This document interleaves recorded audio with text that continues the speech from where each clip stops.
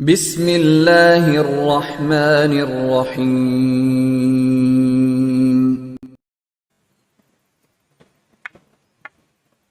إن الحمد لله نحمده ونستعينه ونستغفره ونعوذ بالله من شرور أنفسنا ومن سيئات أعمالنا من يهده الله فلا مضل له ومن يضلل فلا هادي له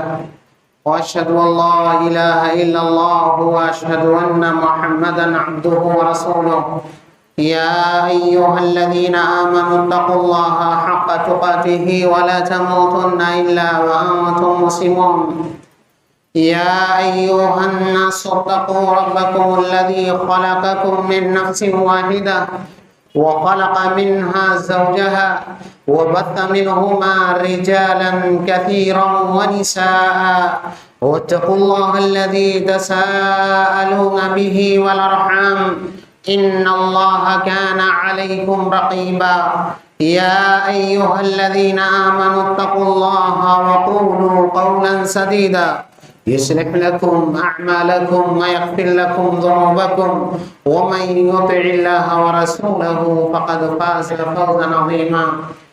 أما بعد فإن خير الحديث كتاب الله وخير الهدي هدي محمد صلى الله عليه وسلم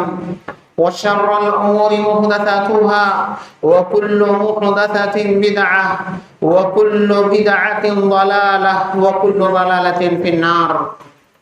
فقد قال الله تبارك وتعالى في القرآن المجيد والفرقان الحميد فأعوذ بالله السميع العليم من الشيطان الرجيم في بيوت أذن الله أن ترفع ويذكر فيها اسمه يسبح فيها بالغدو والآصال رجال لا تلهيهم تجارة ولا بيع عن ذكر الله. حاضرین جمعہ، دینی و ملی بھائیوں، بزرگوں، نوجوانوں اور عزیز بچوں،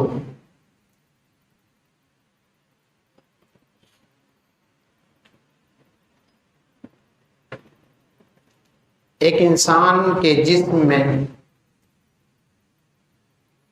دل کی بہت اہمیت ہے. چنانچہ اللہ رب العزت نے اسے جسم کے انتہائی حساس اور انتہائی اہم جگہ پہ رکھا ہے. یہ ہے 24 گھنٹے حرکت میں ہوتا ہے. چنانچہ اس کی حرکت بند ہو جاتی ہے یا اس کی حرکت کم ہو جاتی ہے تو پھر ایسی صورت میں انسان اپنی زندگی کے تئیں نا امید ہو جاتا ہے یا اس کے اہل خانہ اس کی زندگی کے تئیں مایوس ہو جاتے ہیں. گویا کہ پورے جسم کا دار و مدار انہیں غذا اگر کہیں سے فراہم ہوتی ہے، بلڈ کا سرکولیشن جہاں سے ہوتا ہے وہ دل ہے. چنانچہ یہ دل جتنا قوی ہوتا ہے، جتنے اچھے انداز میں کام کرتا ہے، جس قدر پریشانیوں بیماریوں سے محفوظ ہوتا ہے، اس طرح سے انسان صحت مند ہوتا ہے. یہی حال اس دل کا شرعی اعتبار سے بھی ہے. اللہ کے نبی صلی اللہ علیہ وسلم نے ایک حدیث کے اندر فرمایا ان فی الجسد مضغہ اذا صلحت صلح الجسد كله واذا فسدت فسد الجسد كله الا وهي القلب، کہ انسان کے جسم میں گوشت کا ایک لوتھڑا ہے، جب وہ بگڑ جاتا ہے پورا جسم بگڑ جاتا ہے، اور جب وہ درست ہو جاتا ہے تو پورا جسم درست ہو جاتا ہے. آپ نے فرمایا وہ دل ہے. ایسے اللہ کے نبی صلی اللہ علیہ وسلم نے ایک دوسری حدیث میں فرمایا کہ انسان جب کوئی غلطی کرتا ہے زندگی کے کسی بھی شعبے میں کسی غلطی کا مرتکب ہوتا ہے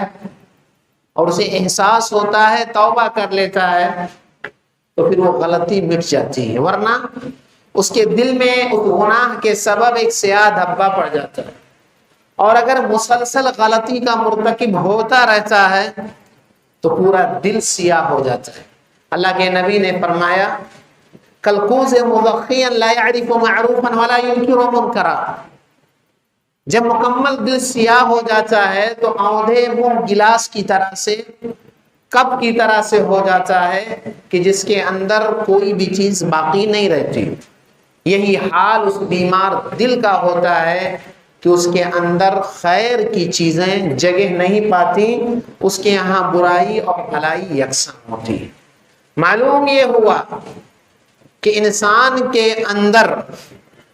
جہاں ایک روحانی وجود ہے اس کے لیے بھی دل بہت اہمیت کا حامل ہے، اور ایک جسمانی وجود ہے اس کے لیے بھی دل غیر معمولی اہمیت کا حامل ہے۔ جب یہ بات واضح ہو گئی تو پھر ایک مسلمان کو یہ سمجھنا ہے کہ تمام مسلمان انفرادی طور پر یا اجتماعی طور پر، یعنی ہر فرد کے اعتبار سے یا ہر گھر کے اعتبار سے، اللہ کے نبی صلی اللہ علیہ وسلم نے ہمیں ایک جسم کے مانند قرار دیا۔ مثل المؤمنین فی توادہم وتراحمہم وتعاطفہم کمثل الجسد الواحد اذا اشتکى منہ عضو تداعى له سائر الجسد بالسحر والحمى، کہ تمام مومنوں کی مثال آپسی محبت میں، ایک دوسرے پر ترس کھانے اور ایک دوسرے پہ رحم کرنے میں ایک جسم کے مانند ہے، اور جسم جس طرح سے اس کے یہاں کہیں تکلیف ہوتی ہے پورا جسم بےتاب ہو جاتا ہے، ایسے مومنوں کو ہونا چاہیے۔ حاضرین جمعہ، ایک مسلم معاشرے میں، ایک مسلم محلے میں، ایک مسلم علاقے میں جنہیں اللہ کے نبی نے ایک جسم سے تعبیر کیا ہے، اللہ کے یہ گھر، اللہ کی یہ مسجدیں جو روئے زمین کی رب کی نگاہ میں سب سے پسندیدہ اور روئے زمین کی سب سے بہترین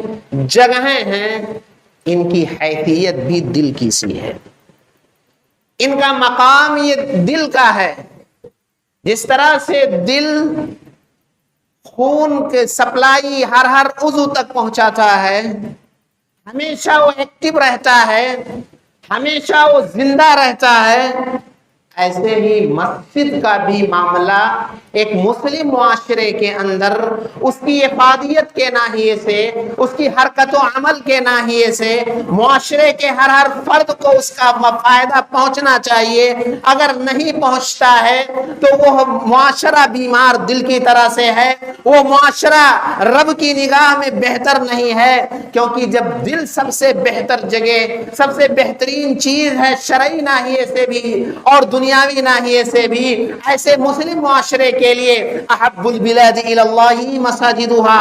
کہ سب سے بہترین جگہ ہے روئے زمین پر رب العالمین کی نگاہ میں یہ مسجدیں ہیں۔ لہذا ان مسجدوں کا کردار، ان مسجدوں کا فائدہ، ان مسجدوں کے اثرات ہمارے یہاں پر ویسے ہی ہونی چاہیے جس طرح سے ہمارے دل ہمارے جسم میں اہمیت رکھتے ہیں۔ دل کی حرکت بند ہونے سے صحت خراب ہوتی ہے، دل صحیح سے کام نہ کرنے کی وجہ سے انسان مر جاتا ہے، ایسے ہی یہ مسجدیں اگر اپنی معنویت کھو دیں، اپنی افادیت کھو دیں، یہ بڑے بزرگ کے لیے، مرد و عورتوں کے لیے، بچے جوان کے لیے اگر یہ اپنا فائدہ دینا بند کر لیں تو پھر ان مسجدوں کا حال وہی ہوگا کہ ان مسجدوں میں جیسے اسی ملک میں بہت ساری مسجدیں یہ انسانوں کے لیے نہیں بلکہ جانوروں کے باندھنے کی جگہ ہیں،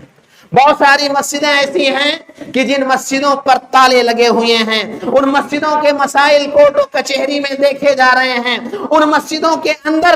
وَأَنَّ الْمَسَاجِدَ لِلَّهِ فَلَا تَدْعُوا مَعَ اللَّهِ أَحَدًا، وہ مسجدیں اللہ کے ذکر کے لیے، اللہ کی عبادت کے لیے، اللہ کی توحید کے لیے کے بجائے ان مسجدوں سے شرک کا، ان مسجدوں سے بدعتوں کا، ان مسجدوں سے خرافات کا، ان مسجدوں سے شر و فساد کا بازار گرم ہوتا ہے۔ اور وہ مسجدیں وہی نقشہ کھینچتی ہیں جو جس مسجد کے بارے میں رب نے سورہ توبہ میں مسجد زرار کے تعلق سے فرمایا تھا، ان الذين بنوا مسجدا ضرارا وكفرا وتفريقا بين المؤمنين وإرصادا لمن حارب الله ورسوله۔ اللہ کے نبی صلی اللہ علیہ وسلم جنگ تبوک کے لیے جا رہے تھے، سن 9 ہجری کا واقعہ ہے۔ منافقین نے ایک سینٹر بنانا چاہا، اپنے لیے ایک آفس بنانے کا اور ایک جو بھی کہیں ایک آماجگاہ اور ایک اہم جگہ بنانے کا ارادہ کیا مسجد کے نام پر۔ چنانچہ انہوں نے اس کو رجسٹرڈ کرانے کے لیے نبی صلی اللہ علیہ وسلم کو دعوت دی کہ آپ آئیں 2 رکعت نماز پڑھ کر کے ہماری مسجد کو سرٹیفکیٹ دے دیں۔ اللہ رب العزت نے کہا لا تقوموا فیہ ابدا، خبردار ہے نبی آپ اس مسجد میں نماز قطعاً نہ پڑھیں۔ جو مسجد قباء کے نام پر اللہ کے تقوی کی خاطر، اللہ رب العزت کے ذکر کو بلند کرنے کی خاطر، بچھڑے اور ٹوٹے دلوں کو جوڑنے کی خاطر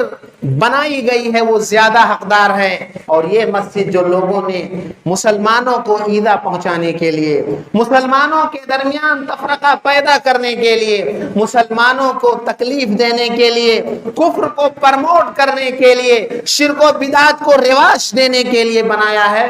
خبردار اس مسجد میں آپ مت کھڑے ہوئے۔ معلوم یہ ہوا کہ ان مسجدوں کا کردار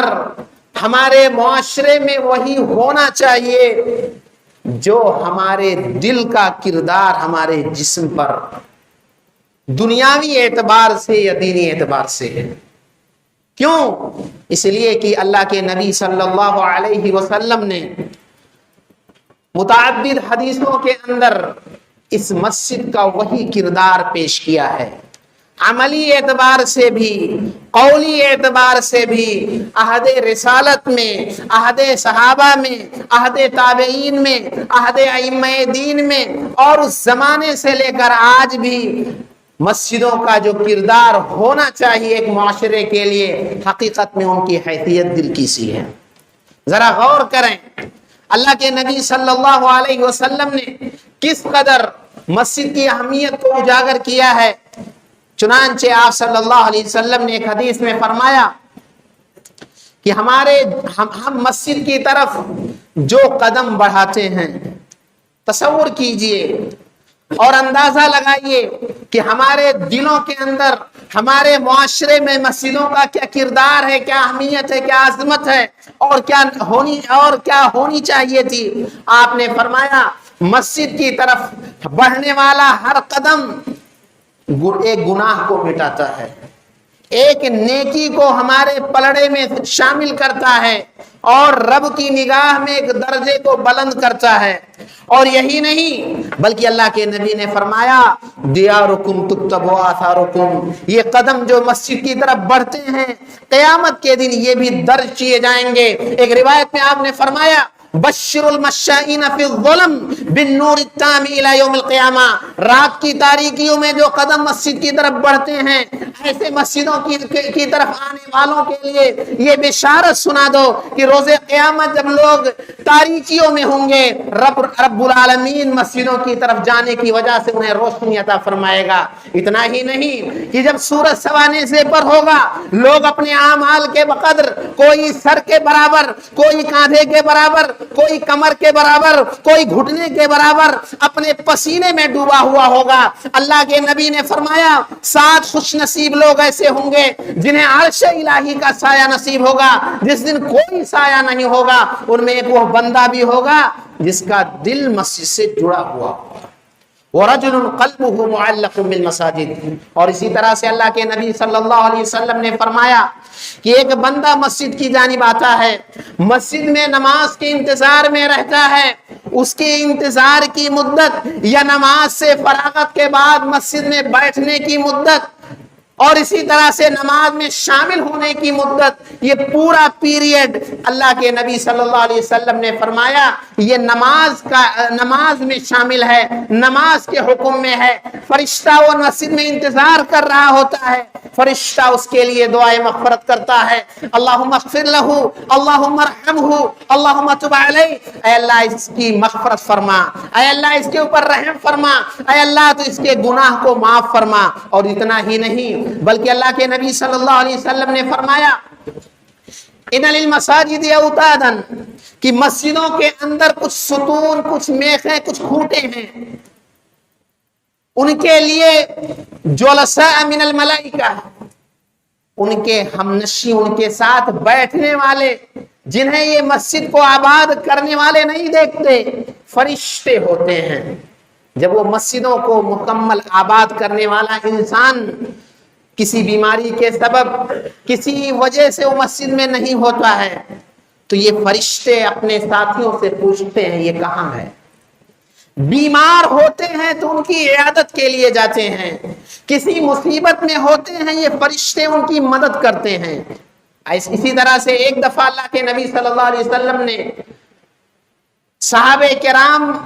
مغرب کی نماز پڑھ کر کے جنہیں حاجت تھی، جلدی تھی، وہ چلے گئے، اور جو مسجد کو آباد کرنے والے تھے وہ مسجد میں بیٹھے رہے۔ اللہ کے نبی صلی اللہ علیہ وسلم اچانک اپنے حجرے سے نکلتے ہیں، گھبراہٹ کے عالم میں ہیں، صحابہ کو مخاطب کرتے ہوئے فرماتے ہیں کہ صحابہ کی جماعت، آسمان سے ایک دروازہ کھلا ہے،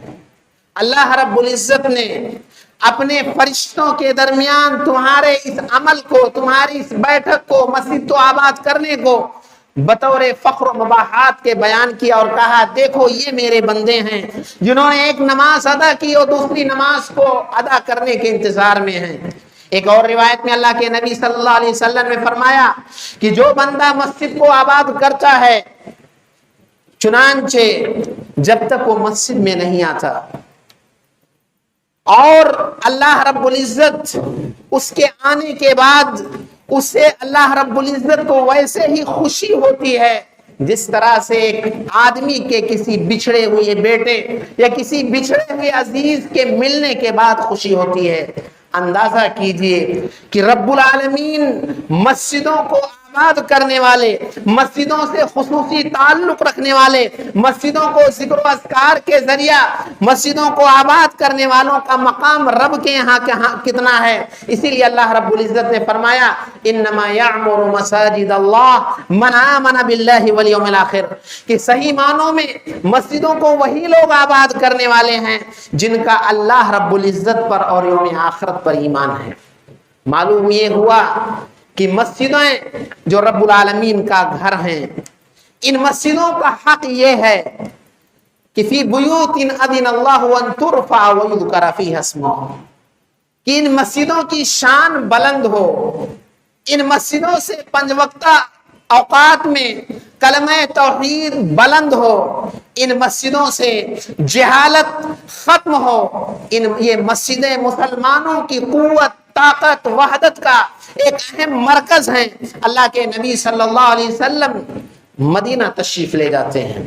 ابھی آپ اس مدینہ کے اندرونی حصے میں نہیں پہنچتے کہ جس مدینہ میں آنے کا صحابہ بہت دنوں سے انتظار کر رہے ہیں۔ آپ مسجد قباء تعمیر کرتے ہیں، وہاں سے فارغ ہو کر مدینہ میں پہنچتے ہیں جہاں آپ کی اونٹنی بیٹھتی ہے، اس جگہ کو مسجد نبوی کے لیے منتخب کرتے ہیں، اس کے بعد مسجدیں بناتے ہیں۔ معلوم یہ ہوا کہ ایک مسلمان اگر یہ چاہتا ہے کہ ہم ایک جسم کے مانند رہیں، ہمارا معاشرہ صحیح معنوں میں اسلامی رنگ میں رنگ جائے، صبغۃ اللہ ومن احسن من اللہ صبغہ کے تحت اللہ رب العزت کے رنگ میں لوگ رنگ جائیں، تو انہیں زیادہ سے زیادہ مسجدیں بنانا بھی پڑے گا اور زیادہ سے زیادہ مسجدوں کو آباد بھی کرنا پڑے گا۔ یاد رہے رسول اکرم صلی اللہ علیہ وسلم نے ان مسجدوں کا جو تصور پیش کیا ہے اور عملی طور پر اپنے صحابہ کو جو برتنے کا حکم دیا ہے، ایک مسلمان اگر یہ سوچے تو حقیقی معنوں میں وہ مسجد کی عظمت کو سمجھ سکتا ہے۔ اللہ کے نبی صلی اللہ علیہ وسلم نے ان مسجدوں کے اندر کسی حائضہ عورت، کسی بچہ جننے والی نفسا عورت اور کسی جنبی شخص کو داخل ہونے کی اجازت نہیں دی۔ مسجد میں آنے کے لیے ہمیں ہر طرح کی طہارت حاصل کرنی ہوگی، وضو کرنا ہوگا، غسل کی حاجت ہوگی، غسل کر کے یہاں آنا ہے۔ اللہ کے نبی نے ہمیں یہ سکھلایا ہے کہ ہم مسواک کر کے آئیں، ہم خوشبو میں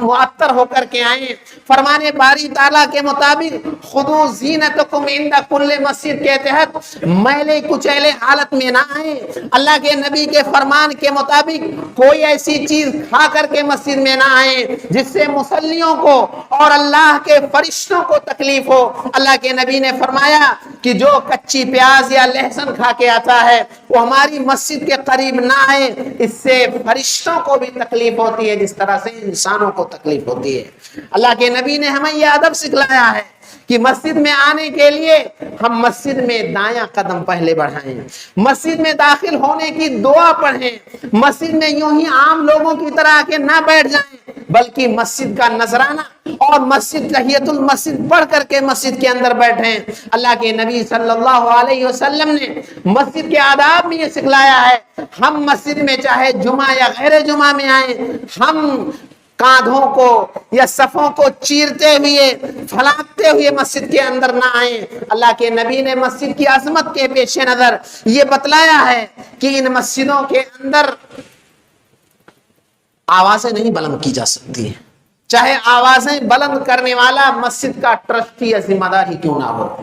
مسجد میں برابر حاضری دینے والا ہی کیوں نہ ہو، کیونکہ یہ مسجد کے ادب کے خلاف ہے۔ اللہ کے نبی صلی اللہ علیہ وسلم کے دوسرے ساتھی حضرت عمر رضی اللہ تعالیٰ عنہ کا زمانہ ہے، دو بچے مسجد کے اندر شور کر رہے ہیں۔ حضرت عمر رضی اللہ ان دونوں بچوں کو بلاتے ہیں اور کہتے ہیں من انتما ومن این انتما، تم کون ہو اور کہاں سے آئے ہو؟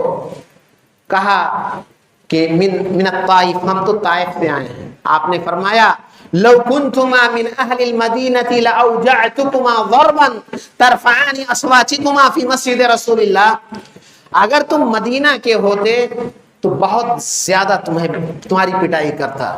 تم اللہ کے نبی صلی اللہ علیہ وسلم کی مسجد میں آوازیں بلند کر رہے ہو۔ لہذا مسجد کے آداب میں سے یہ ہے کہ آوازیں وہاں نہیں بلند ہوگی۔ یہی وجہ ہے کہ اللہ کے نبی صلی اللہ علیہ وسلم نے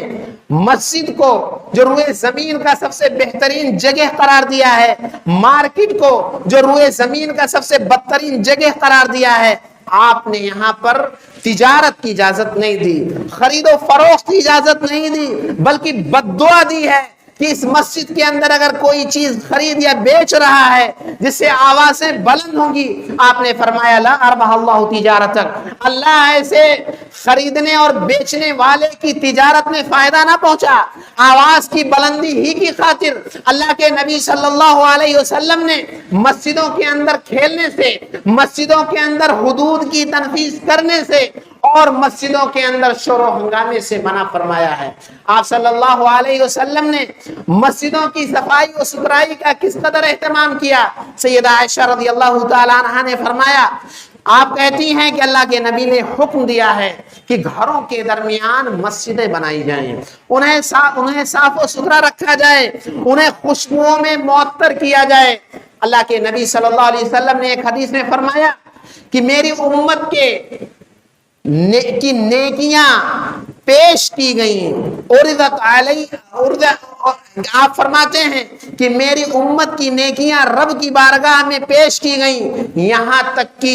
وہ تنکا جو مسجد سے ہٹایا جاتا ہے، صاف کیا جاتا ہے، اسے بھی پیش کیا۔ افسوس ہوتا ہے کہ ہمارے یہاں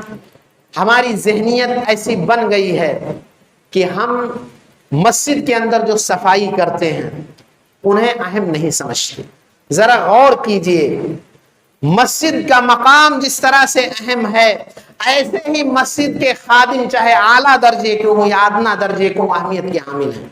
اللہ کے نبی صلی اللہ علیہ وسلم کی مسجد میں ایک بڑھیا جھاڑو لگایا کرتی تھی، صفائی کا کام کیا کرتی تھی. رات کے کسی حصے میں اس کا انتقال ہوتا ہے اور صحابہ کرام سنت کے مطابق جلد ہی اسے رات ہی میں دفن کر دیتے ہیں. آپ صلی اللہ علیہ وسلم کو خبر نہیں. کچھ دن گزرنے کے بعد اللہ کے نبی صلی اللہ علیہ وسلم پوچھتے ہیں، ایک خاتون جو مسجد میں جھاڑو لگایا کرتی تھی وہ نظر نہیں آ رہی. صحابہ کرام رضوان اللہ علیہم اجمعین نے کہا، اے اللہ کے نبی صلی اللہ علیہ وسلم، ایک خاتون تھی، بڑھیا تھی، اس لیے ہم نے آپ کو بتانا مناسب نہیں سمجھا، رات میں اس کا انتقال ہو، اس کو دفن کر دیا. تصور کیجئے اس سے مسجد کی اہمیت، مسجد کی عظمت اور مسجد کے خدام کی عظمت کا اندازہ لگائیں. اللہ کے نبی صلی اللہ علیہ وسلم اس خاتون کی قبر پر جاتے ہیں اور قبر کو جنازے کی حیثیت دیتے ہوئے قبر کے بیچ میں آپ کھڑے ہوتے ہیں اور اس کی صلاۃ جنازہ ادا کرتے ہیں. اسی سے اہل علم نے ایک مسئلہ نکالا ہے اور کہا ہے کہ اگر کسی آدمی کا انتقال ہوتا ہے،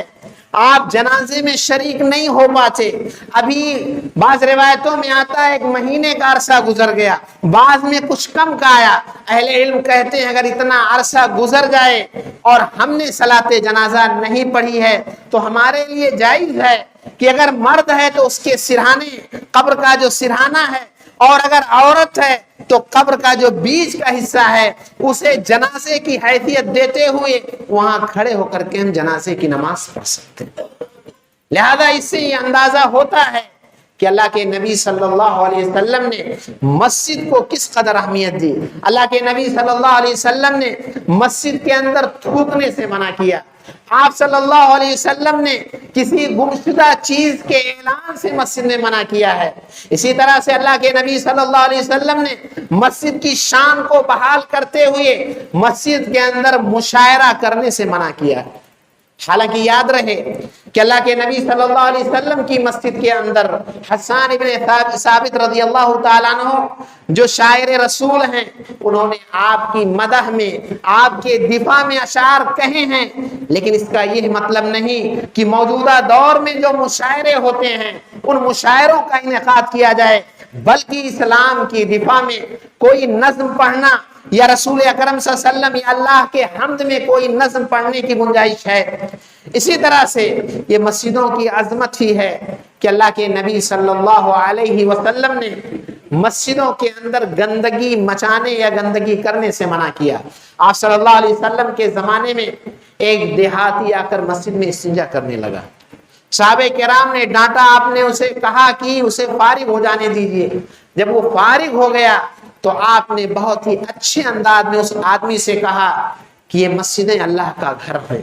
یہ ذکر و اذکار اور تلاوت اور نماز کی جگہیں ہیں، ان گندگیوں کے لیے یہ مسجدیں نہیں ہیں. افسوس ہوتا ہے کہ ہمارے زمانے میں بہت سارے لوگ مسجدوں کے اندر نہیں آتے، لیکن مسجدوں کے بیت الخلاء میں ضرورت ہے. یہ سوچنے کی ضرورت ہے کہ ہم نے مسجدوں کو قضائے حاجت کی جگہ بنائی، ہم نے مسجدوں کو اپنے دین، ایمان اور اپنے آخرت کو سدھارنے اور سنوارنے کا ذریعہ نہیں بنایا. یہ مسجدیں کس قدر اہمیت کی حامل ہیں اور ان کا کردار کس قدر نمایاں ہے. رسول اکرم صلی اللہ علیہ وسلم کے زمانے میں ہم دیکھتے ہیں کہ آپ صلی اللہ علیہ وسلم کی یہ مسجدیں یہ تعلیم گاہ تھیں. آج جو مدرسے، اسکول، یونیورسٹی اور کالجز میں جو تعلیمیں دی جاتی ہیں، آپ صلی اللہ علیہ وسلم دار ارقم و صفہ کے نام پر جو جگہ تھی وہاں پر آپ صلی اللہ علیہ وسلم صحابہ کو تعلیم دیتے تھے. یہ مسجدیں اللہ کے نبی صلی اللہ علیہ وسلم کے زمانے میں دارالفتہ بھی تھی، یہ دارالقضاء کا درجہ بھی انہیں حاصل تھا، یہ مسافر خانے بھی تھے، یہ مسجد رسول اکرم صلی اللہ علیہ وسلم کے زمانے میں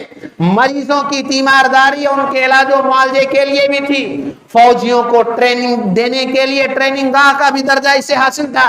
آپ صلی اللہ علیہ وسلم مسلمانوں کی تربیت کے لیے، یا اسی طرح سے اللہ کے نبی صلی اللہ علیہ وسلم نے قیدیوں کو اسی مسجد کے اندر رکھا، چاہے وہ ثمامہ بن اسال کی شکل میں ہو یا وہ خاتون جو اپنی قوم سے بچ کر کے مسجد میں آئی تھی۔ رسول اکرم صلی اللہ علیہ وسلم کے زمانے میں مسجدیں بہت سارے مقاصد کے لیے استعمال ہوتی تھی، لیکن افسوس کہ ہمارے زمانے میں غلط فتووں کی وجہ سے، ہمارے زمانے میں جہالت و نادانی کی وجہ سے ہم نے مسجدوں کا کردار یہ سمجھ لیا ہے کہ اس کے اندر صرف 5 وقتہ نمازیں ادا کی جائیں۔ ہم نے غلط فتووں کی وجہ سے یہ سمجھ لیا ہے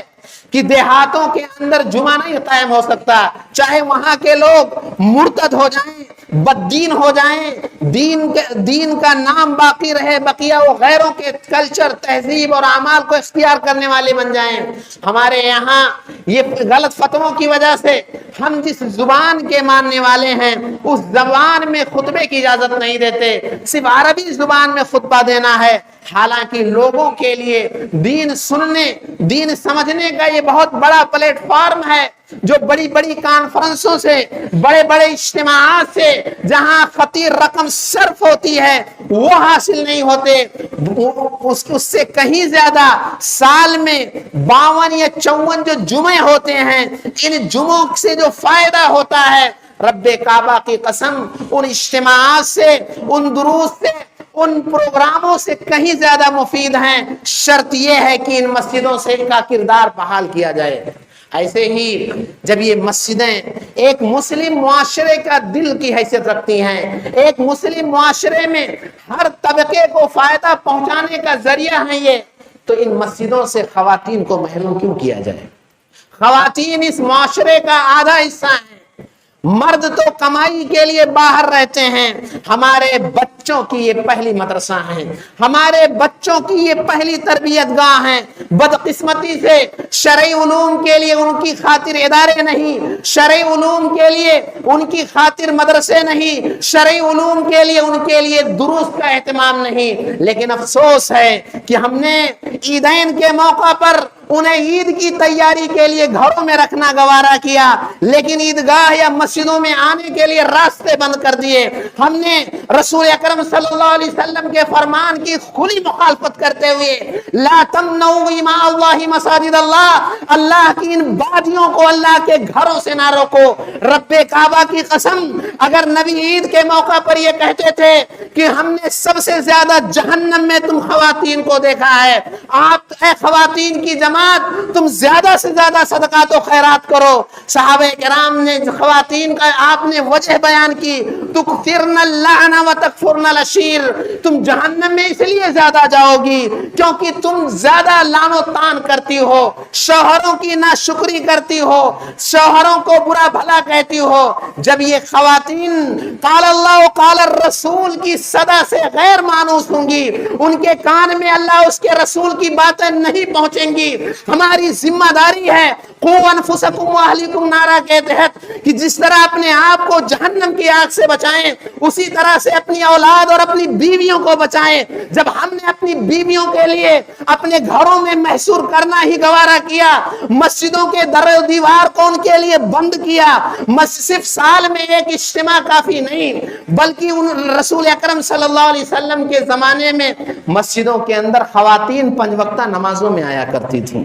رسول اکرم صلی اللہ علیہ وسلم کے زمانے میں جمعہ میں حاضری دیتی تھیں، رسول اکرم صلی اللہ علیہ وسلم کے زمانے میں وہ عیدین میں حاضر ہوتی تھیں۔ اگر ہم نے اپنے بچے جو کہ کل ہماری جگہ لینے والے ہیں، ہمارے بچے جو اس معاشرے کا حصہ بننے والے ہیں، ان خواتین کو اگر ہم نے شرعی علوم سے واقف نہیں کرایا، ان خواتین کے دلوں کے اندر اگر اللہ اس کے رسول کی نصیحتیں اور باتوں کو بٹھانے کا انتظام نہیں کیا، تو رب کعبہ کی قسم رب کے غضب سے نہ دنیا میں بچ سکتے ہیں اور نہ ہی قبر کے سوالات اور آخرت کی جواب دہی آسان ہوگی۔ اس لیے مسلمانوں، اگر یہ مسجد معاشرے کا دل ہیں، یہ مسجد اگر پاور ہاؤس ہیں، اگر ان مسجدوں کا کردار ماضی میں بہت شاندار تھا تو ان مسجدوں کا کردار بحال کرنے کی ضرورت ہے۔ ایک بہت بڑا مستشرق، اسلام دشمن، جس نے انکار سنت کے بہت سارے شوشے ڈالے ہیں، اس نے ایک بات کہی تھی بہت غور و فکر کے بعد، کہ مسلمان اس وقت تک قوت میں ہوں گے، اس وقت تک طاقت میں ہوں گے، مادام معہم القرآن والمسجد، جب تک ان مسلمانوں کی زندگی میں قرآن اور مسجد کا کردار بحال رہے گا، یہ مسلمان پاور میں ہوں گے، طاقت میں ہوں گے، قوت میں ہوں گے، شان و شوکت میں ہوں گے، لیکن جب ان کا رشتہ قرآن سے ٹوٹے گا، جب ان کا رشتہ مسجدوں سے دور ہوگا، پھر ایسی صورت میں ان کی قوت ختم ہو جائے گی۔ کسی کمیونسٹ نے کہا تھا، لو نملک مثل ما يملكون المسلمون من منابر الجمع لحولنا العالم الى الشيوعية خلال سنتين، کہ مسلمان جن ممبروں کے مالک ہیں، یہ ممبر اگر ہمیں مل جائیں تو صرف 2 سال میں پوری دنیا کو ہم کمیونسٹ بنا دیں گے، بد دین کر دیں گے۔ لیکن افسوس کہ ہم نے مسجدوں کے اندر اپنی حاضری ہفتے میں کی ہے، اور ان میں بھی اکثریت خطبہ ختم ہونے کے وقت حاضر ہوتی ہے۔ ہم نے اپنے بچوں کے لیے مسجدوں کا دروازہ بند کر لیا ہے، یہ اس تھیوری کے مطابق کہ بچے شور مچاتے ہیں۔ جب یہ بچے یہاں آ کر سیکھیں گے نہیں تو کل بہت سارے نوجوانوں کی طرح سے اسی مسجد میں آ کر کے جب دعا پڑھنی چاہیے، تلاوت کرنی چاہیے، بیٹھ کے گیم کھیلتے ہیں۔ یہ سیکھیں گے کب؟ بتائیں گے ہم انہیں کب؟ سکھائیں گے ہم انہیں کب؟ جب ہمارا خود حال یہ ہے کہ ہم صرف قرآن کے کالے حروف پڑھ لیتے ہیں، ہم صرف نماز کی حاضری میں حافظ جی اور امام صاحب کی تلاوت سن لیتے ہیں، لیکن وہ قرآن سے کہہ کیا رہے ہیں، بتا کیا رہے ہیں، جب یہ ہمارے اندر سمجھنے کی طاقت نہیں ہے۔ اللہ رب العزت سے دعا ہے کہ الہ العالمین تو ہمیں توفیق دے کہ ہم اپنی مسجدوں کے کردار کو بحال کر سکیں۔ الہ العالمین تو ہمیں توفیق دے کہ ہم اپنی حیثیت کے مطابق نبی کریم صلی اللہ علیہ وسلم کے زمانے میں مسجدوں کا جو کردار تھا، اپنے زمانے میں اپنی مسجدوں کا وہی کردار پیش کر سکیں۔ الہ العالمین تو ہمیں توفیق دے کہ ہماری مسجدیں ہمارے معاشرے کی اصلاح کے لیے بہترین رول ادا کر سکیں۔ الہ العالمین ہمیں جو بیمار انہیں شفایاب فرما، جو مقروض ہیں انہیں قرضوں کی ادائیگی کی توفیق عطا فرما۔ مولا ہم میں جو پریشان حال ہیں ان کی پریشانیوں کو دور فرما۔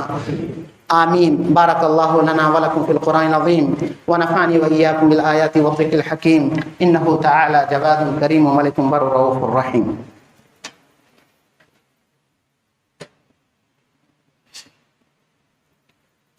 ان الحمد لله نحمده ونستعينه ونستغفره ونعوذ بالله من شرور انفسنا ومن سيئات اعمالنا،